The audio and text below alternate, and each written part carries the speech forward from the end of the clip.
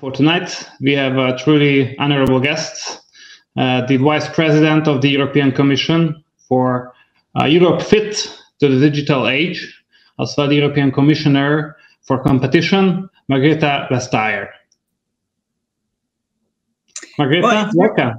It's good to be here. Thank you very much for having me.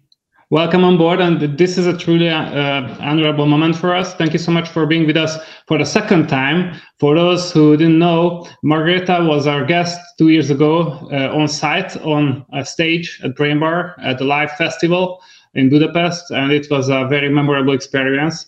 And it's even better that we have you for the second time tonight. Margrethe. It was amazing to be there the first time because the sun was shining. We were at the Moldau. You had the great scene, the laid back and yet very intense approach. A best possible organization and amazing content. I think you really made it for all the many people who came. But you know, it kind of feels that as if it was in a different century. Yeah, sure. Margrethe, let's start with this Corona times issue then. So what was the most surprising development during the last couple of weeks for you in your position, either in a personal scene or in the political scene?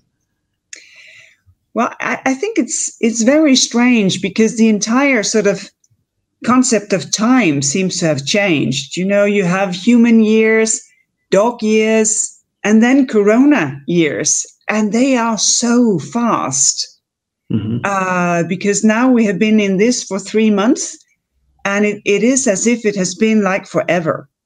Yeah. Personally, because I have been without a lot of my family. My husband is in Copenhagen while I've been in Brussels.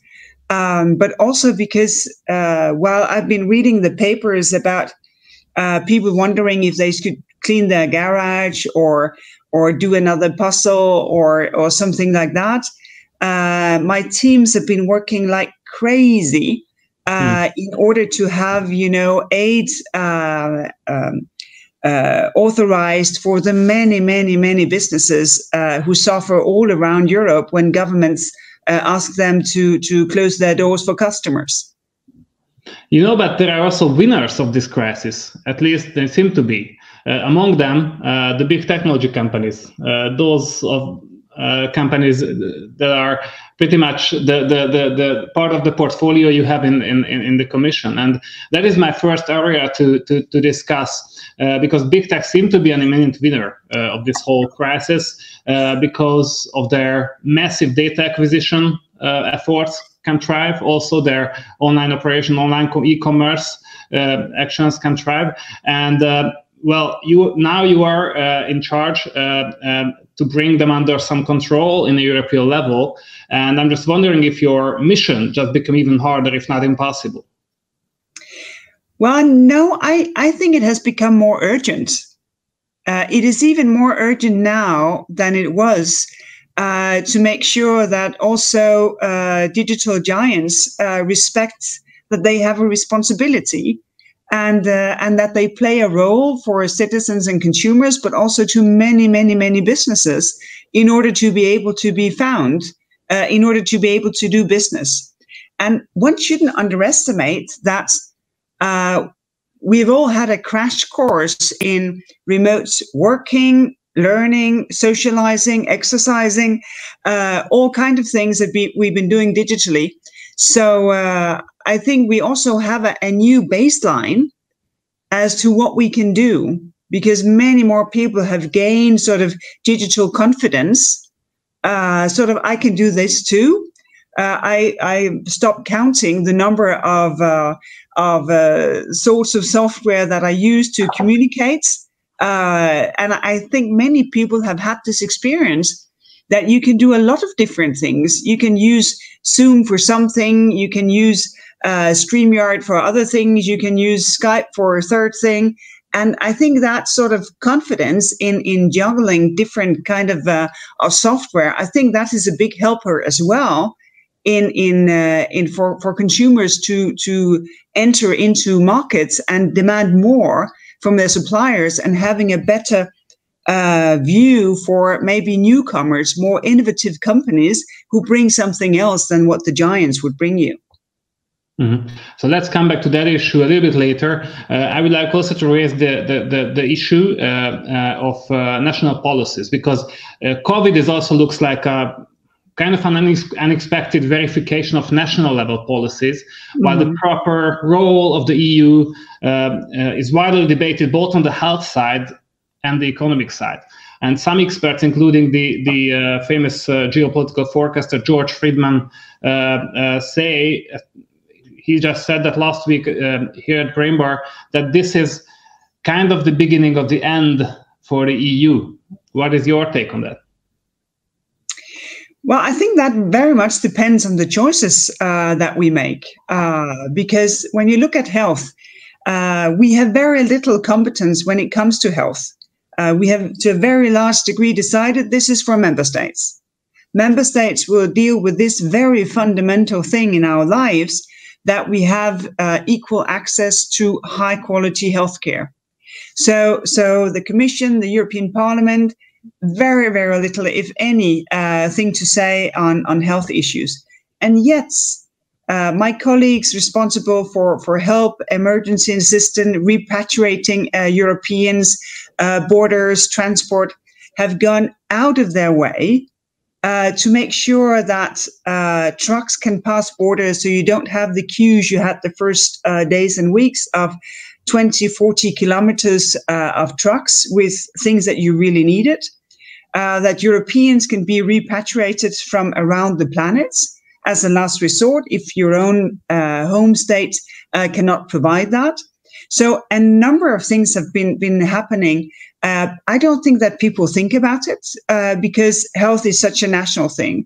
And now, of course, when it comes to the economic effects of the health crisis, I think many more people will see that we can only recover together. If each country want to recover by themselves, well, then first we leave a number of people behind. But second, we also make it very difficult for businesses because they have their supplier in one member state and their customers in another member state. And I think every euro spent, no matter where it's spent in Europe, is spent well on behalf of each and every one of us. So I think the debate will change when we come into sort of the more economic side of the crisis that we're in. You think the speed of the European Union is proper in this case? I'm asking because we have always audience questions in these sessions, and then now I would like to ask you guys the other side of the conversation to ask questions this time as well. And we already have one from Arpad. Why did the Commission react later again than all the member states for the crisis? Do you think it's just? Do you think it's a proper view of the situation? And what do you think about the speed of the European bureaucracy in general? Well, I can say, for instance, what I oversee from when we realized that this is going to be really bad for everyone, we sort of activated sort of emergency parts of our treaty to allow for, enormous amounts of aid to be paid out. And in give or take 60 days, more than 125 decisions has been taken to enable member states to give aid to all sorts of businesses, either loans with state guarantees or grants or, export credit insurance, all kinds of things. And I find it very important exactly to have that kind of speed, because the faster we act, the more we can minimize the negative effects, because on top of the economic cost, of course, comes social cost. So, we are trying to keep up speed and also, of course, encourage member states to discuss things and agree on things with the same level of speed. Because if we're going to be held up for months and months and months on the European recovery, of course, there will be a social cost to pay. Let's discuss a little bit the innovation side of this whole situation and the innovation potential. In my opinion, at least, Europe is lagging behind in many innovation indicators, especially when it comes to the so-called marketization process. And still during the crisis, innovation and R&D are among the first and foremost budgetary losers, both on the private companies and in the government spending, in my experience. Is there any chance for Europe to avoid further relapse in global competitiveness this time? Well, I would really hope so, but also work for that, because we need a bigger budget for research and innovation. And what we have done in these 3 months is also to make sure that when you give state aid to businesses who do innovation that is related to COVID, that you also make sure that people can actually put this into production. So, for instance, that you can give a guarantee that you do not lose if you change your production from one thing to another thing that is really needed here. And I think maybe the tides have changed a little. I recognize your experience also sometimes back in the days that sort of the future is the first thing to lose if you have a problem today. But what we are trying to do is exactly to modernize, to say, well, this will cost a lot of money. The next generation will have to pay back a lot of the debts that we now have to take in order to recover from the economic crisis. And since next generation is going to pay the debts, of course, we should build, or maybe better renew our societies, because it will be their societies. So we should make them green and we should make them digital. And in doing that, of course, we need innovation, not only in technology, but also in how we organize ourselves. So we really need innovation as a tool to recover for the future and for the next generation, because it really doesn't make any sense just to rebuild the old world and then to make it green and then to make it digital. What we want to do is to say, we have a new baseline. Now let's start from here and build a world that is green and digital. And that, I think, that will take a lot of innovation. Who will build this world, what you're talking about? Because I don't really see real competition for those digital giants we have discussed before from Europe. And, some say we as Europeans try to battle companies like Google only because we don't have our own global giants, only because we are jealous or envious. Well, I'm afraid that that Google is Google, and it doesn't make much sense to try to do a second one. Where Europe has a stronghold is more in sort of the business-to-business technology. It is in robotics. It is in AI. It is what we are building up in the combination of high-performance computing. It is the research done in quantum computing. That is where Europe has something to offer. And I think that we have sort of a double-sided relationship with the tech giants, because I have the cases, because it is absolutely necessary that we have fair competition, and that giants recognize that when you're successful, you have a special responsibility. And at the same time that we work with the giants, for instance, when it comes to develop virus tracking apps that respect your privacy, that the operating systems, iOS, Android, have the APIs, the docking stations, actually to provide for apps that can work together and work cross-border. And other of my colleagues have been working with the tech giants on fake news, disinformation, to make sure that when people are looking for information about the pandemic, that they also get the information from national authorities, from health experts, from people who really know what they're talking about. And I think it's important to maintain that. Of course, we need to be, as we are with any company, no matter where you come from. If you break competition law, of course, we investigate. And if we have a case, we will give you a fine and we will ask you to stop doing what you're doing. While at the same time saying, when you do business, well, then there are things where we also need to be a partner with you. Coming back to the core issue here, many observe that this everlasting debate on the regulation issue that you just touched, many say that it's part of a wider European identity crisis. It's both because it's becoming clearer and clearer, not only because of the COVID crisis, but also due to trends and actions appeared way before that, that we are living through a renaissance of protectionism. And while both the United States and China are very aggressively supporting their own major brands and companies all along their global crusade, Europe and the European Commission and Commissioner, you personally, are just forbidding our own potential European champions to be born, many say, by prohibiting national support for these companies or prohibiting big mergers like Siemens and Alstom a few years ago, which was somehow related to this business-to-business European profile that you just mentioned. How do you see it? Aren't we self-destructive by becoming so rigorous in this sense? Well, I don't see it this way, because what we do is basically to make sure that no business is unchallenged. Because if you're not challenged anymore, well, why bother? Why treat your customers well? Why keep innovating?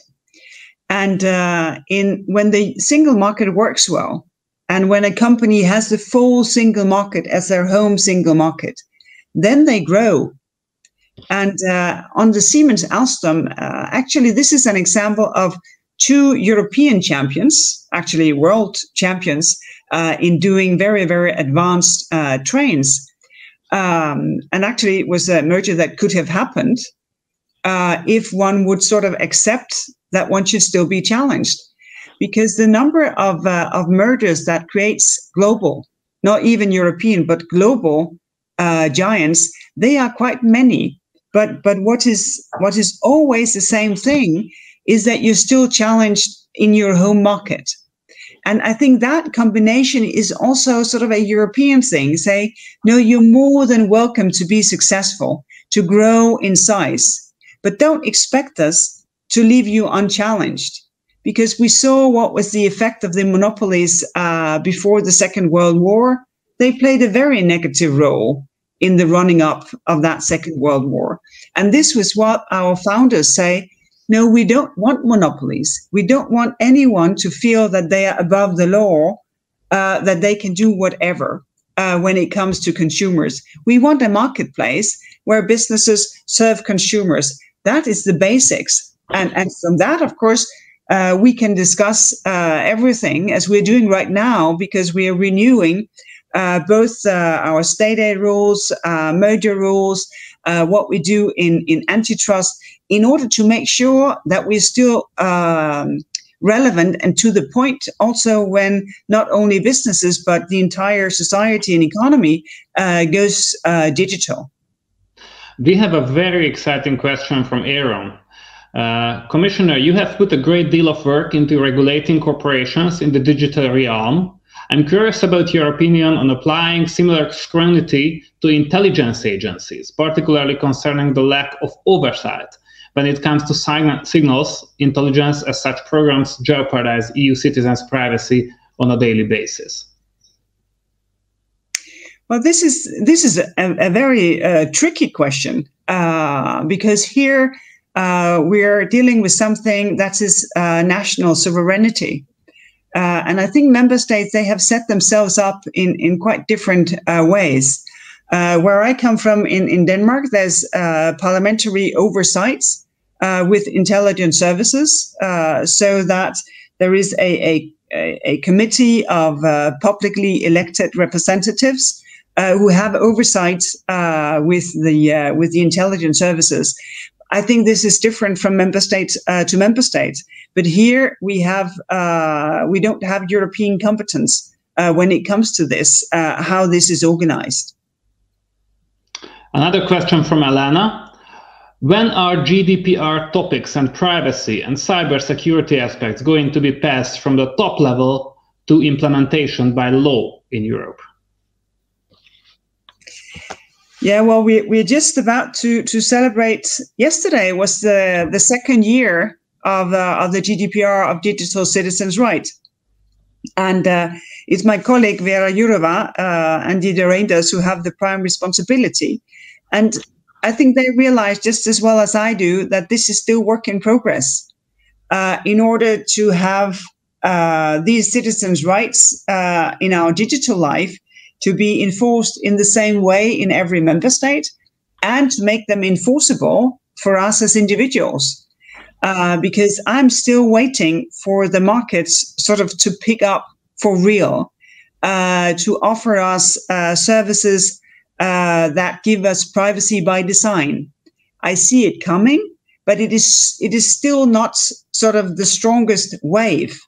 And I still find it very, very difficult to maintain when I use a number of digital services that I want to be able to enforce my digital rights that comes from the GDPR. So I still think that we have a lot of work to do. And probably one of the tests of this is, of course, this question of virus tracking apps and technology to make sure that these apps only do what they say they do, that there is sufficient transparency, and that we as citizens trust these apps so much that we will actually use them. And I think that is one of the things where we see, well, this is a test as to whether or not we see our rights actually being performed in real life in everyday practice. Now, you are the Executive Vice President for Europe Fit for the Digital Age, which seems to be a really wide portfolio. And I think this is a good time to pause a little bit and have your definition about this portfolio. I'm very curious about where are the boundaries of your work and the daily practice. And in a world which is digital in general, more and more, what are the most important issues the wider public just don't hear on a daily basis, but part of your daily routine? Well, I have been thinking a lot about this, because Europe Fit for Digital Age it's a lot, but how to make that operational? That is one of the things that I have been thinking a lot about. I don't know if I have found all the answers yet, but one of the things that I find important is that we make the best use of digital technologies to pursue the things that we want to achieve.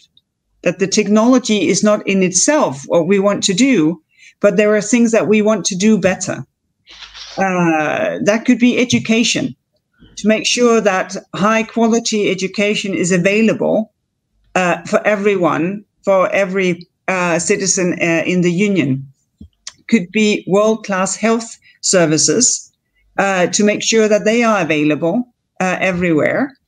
To use technology to have better working conditions, to leave it to technology to do some of the jobs that would otherwise give people illnesses or damages from the work that they do. So that we push technology as a tool to fulfill our dreams and the promises that may still not have been fulfilled. And in that respect, of course, what I try to do is to promote the use of technology in all these different areas, while at the same time figuring out what are the limits to technology. For instance, artificial intelligence, that just as useful as it is, if it poses a risk to our fundamental values, then of course we'll have to harness it. Because is it possible? We don't want technology that sort of undermines our fundamental values. Are you optimistic about this AI thing? Because even if you have this vision in your mind, it seems to be very hard to have the power to regulate AI if it's already out there.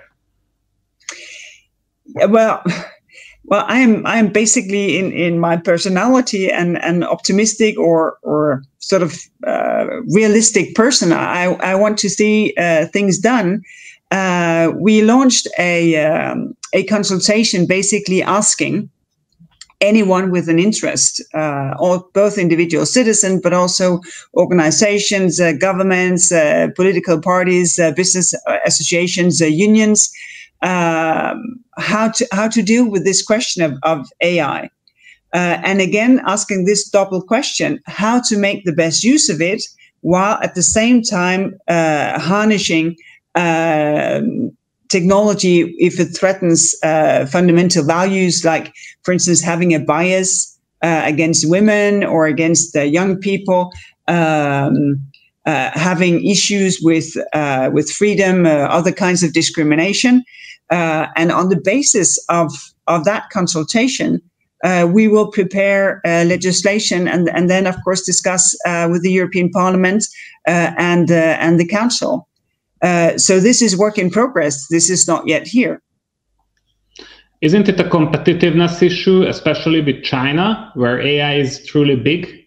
And because of the strong centralized institutions, AI can be big because the collection of data is way easier.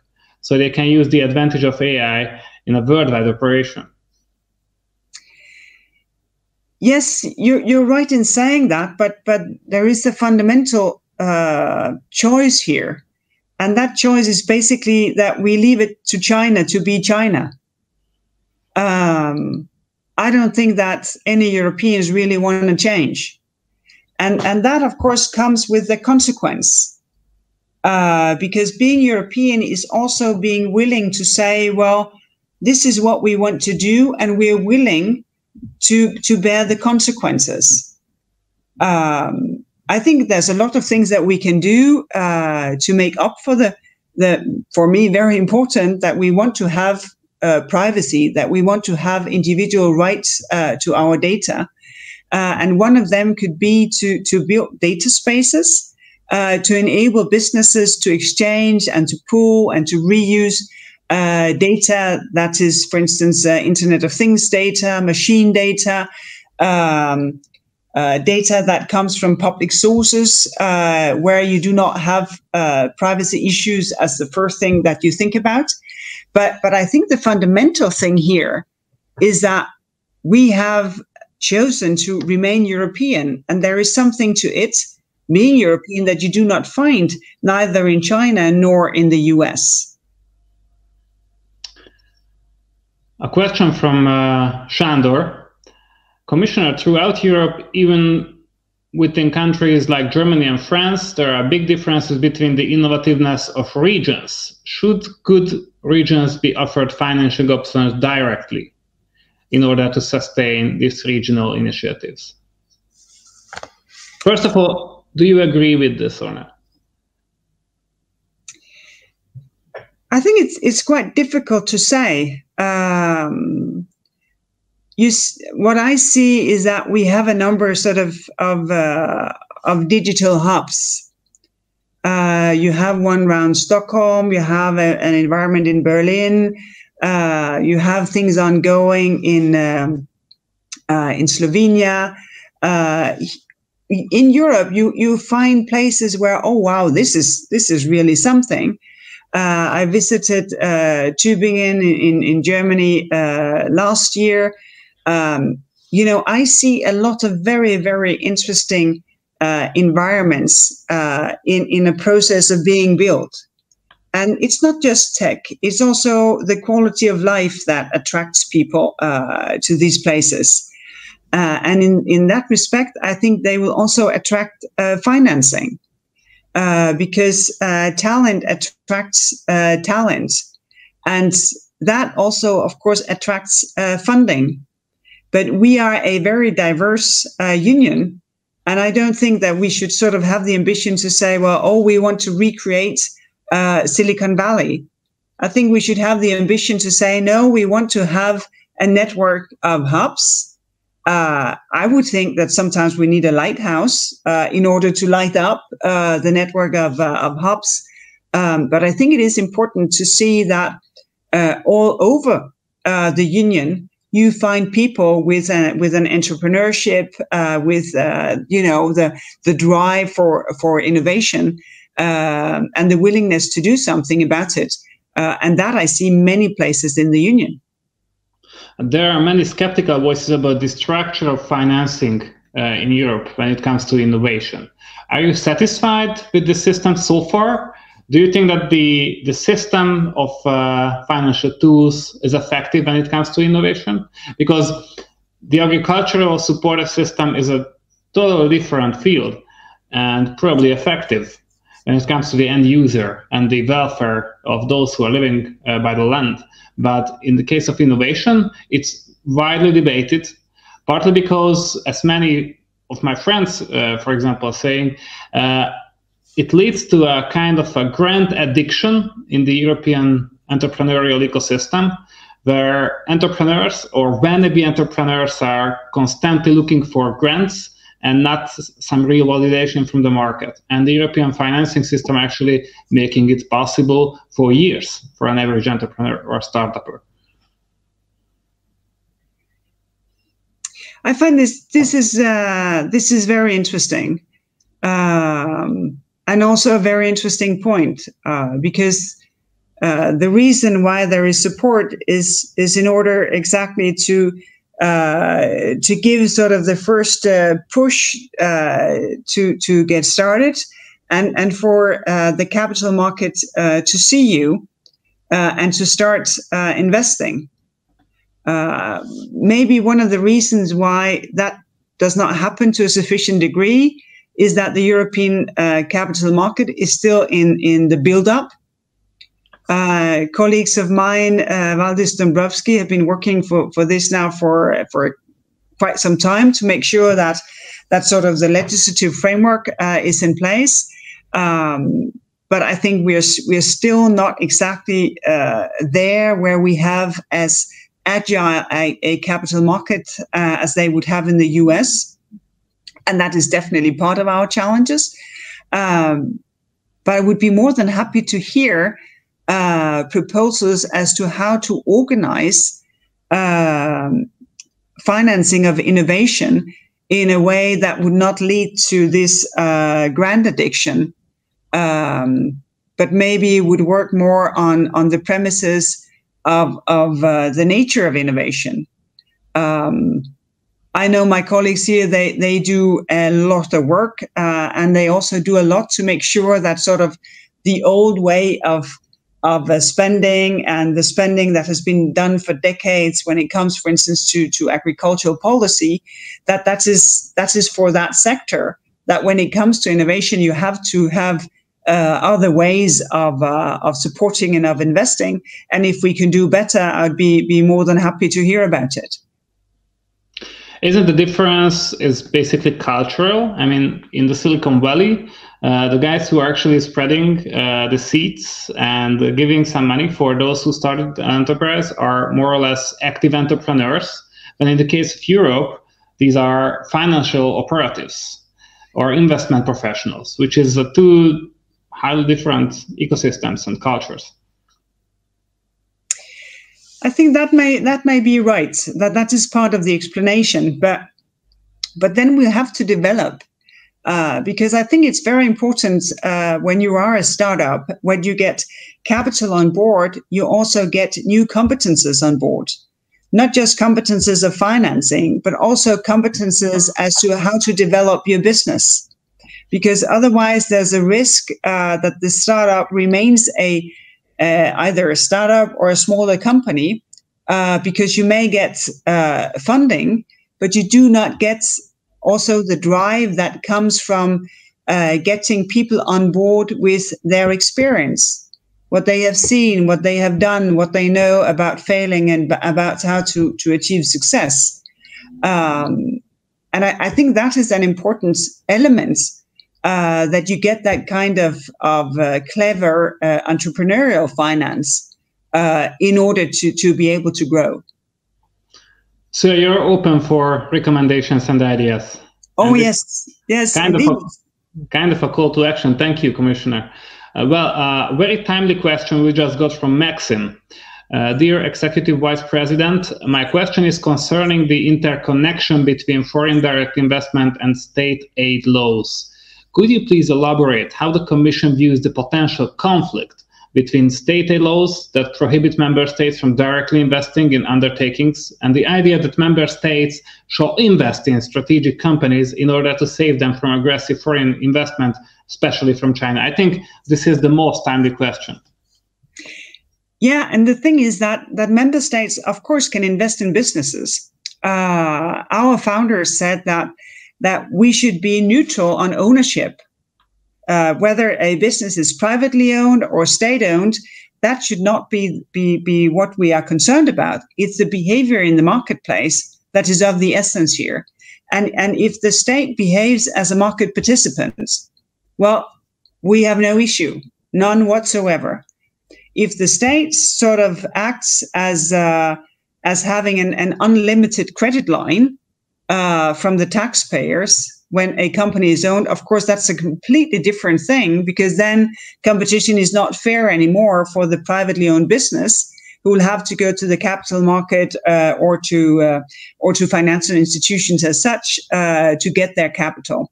So a state can buy a stake in a company if they do that as a market participant. And we see that. We see a lot of sort of market conformity also by states. So this is why states can do that if they find that it's important to invest in a strategically important company where there may be a risk of a foreign takeover. Another question from Aaron. What are the safeguards that the Commission's action plan against disinformation, while created for a noble cause, doesn't turn into a tool of censorship, hindering the free exchange of ideas online? As you might be aware, in the US, this topic has gained a lot of traction, with President Trump taking a stance against tech giants recently. Well, that is probably the most tricky thing. When is something disinformation and when it is what I mean? And that balance, of course, will have to be kept. And this is why it's important that you have an access to say, well, you may have taken down what I posted, but you did wrong. And I want to be able to say, well, you were wrong. I want my post back up again. If you have that kind of system where you can sort of argue, then I think we have a much better discussion about how to keep this balance between what is fake news, disinformation, whatever that may be there with the purpose of undermining our society and undermining a free and open debate, and when it is something that you're perfectly free to say and to mean and to post and to say in public space. Because then we would have a more sort of public and transparent way of dealing with this. If you had some place to go and didn't just feel that, oh, whatever I said disappeared and I don't know where to go.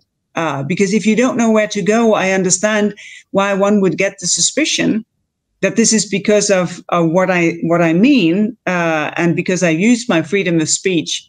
So I think we should still work on these different ways of dealing with it in order to be able to keep this balance, because it is the most tricky thing to make sure that on the one hand side, disinformation is not used as a tool by hostile forces to undermine our society, while at the same time protecting what is of the essence in our society, freedom of speech. Not least a question about transportation from Matthias. International corporations like the developers of Waze hold billions of gigabytes in data about the transportation habits of Europeans, which could be harnessed to develop more effective transportation policies throughout Europe. How could the EU force these actors to release this crucial data?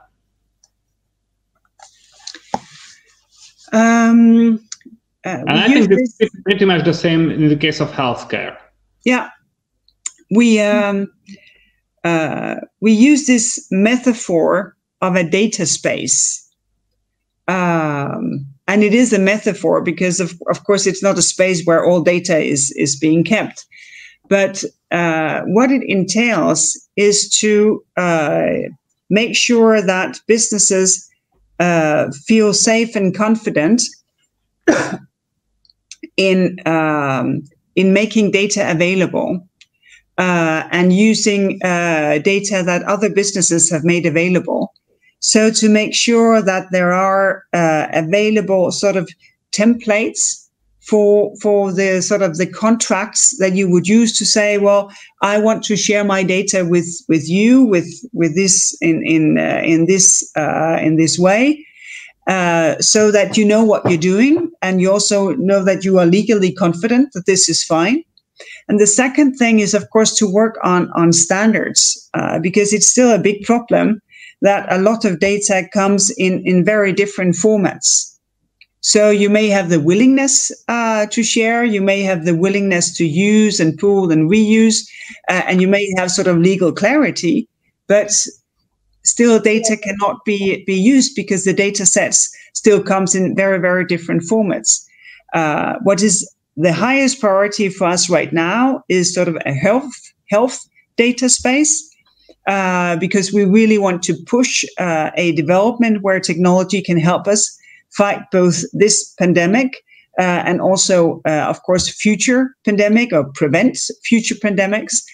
And then, of course, when also we learn from this, hopefully we can enable other data spaces to make data available. Because as we spoke about earlier, we have strongholds in Europe as well when it comes to business-to-business technology. And we have a lot of data because we have a very long tradition also of states having a lot of publicly funded data. So also to figure out how to make that available, well, Europe as a data space will be a much more interesting place to innovate and to build your business. Is it a new priority because of the COVID crisis, or is it a general priority of your new term? Well, we launched a European strategy for data just before the crisis broke. And the crisis then entails us to make health data space the first priority. What are the other priorities for you for the next, let's say, 2 years? Well, to keep this work going on data spaces. Second, to invest in capacity. In the last 5 years, 8 different hubs of high performance computing was built. We need to move further in that in order to have the capacity needed to do amazing things. And it has already turned out to be quite useful in the modeling of the pandemic, where this high performance computing was made available for researchers. So to make data available, to invest in the capacities, the infrastructure needed, and then, of course, to make sure that legally we have the right tools to keep the market open. Because one of the things we see with the digital gatekeepers is that they have basically won the competition, not only for a large market share, but also the competition for the market. So they work more or less like sort of private regulators. They set the rules of the game.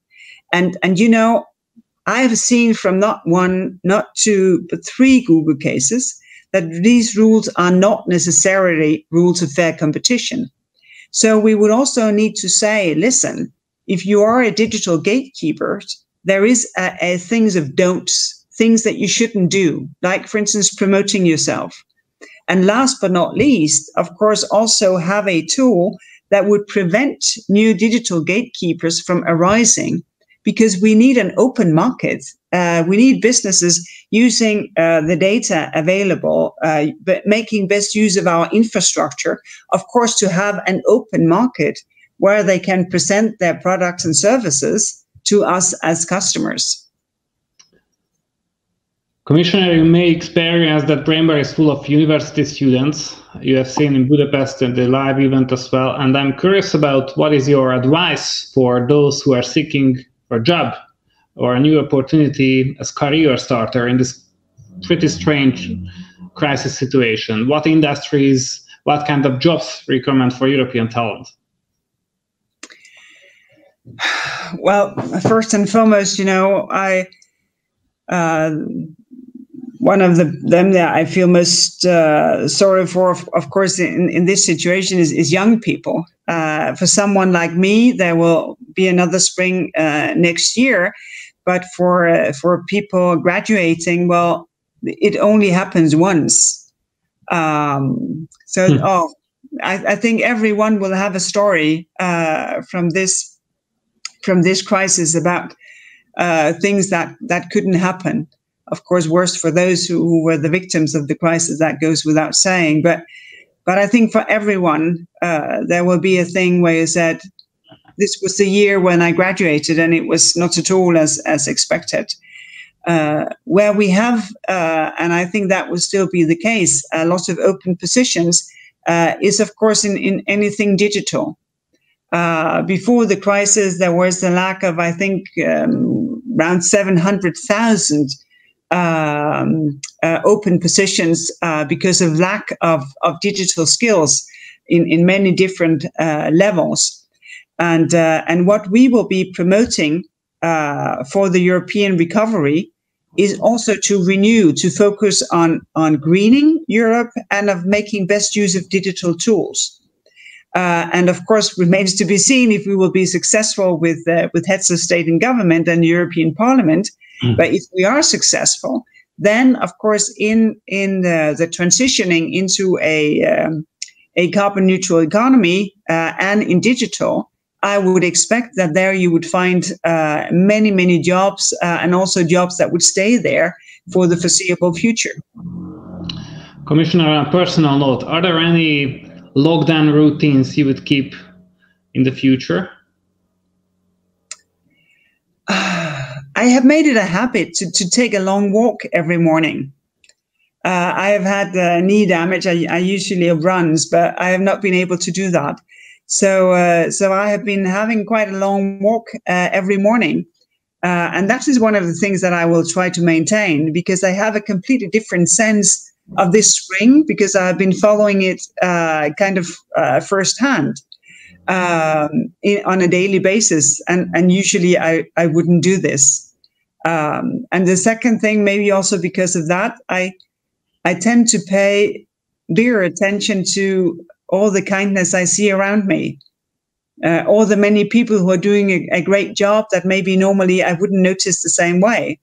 That be the people sitting in taking my money when I do my shopping, or making sure that there are a filled shelf of vegetables or whatever I want to buy.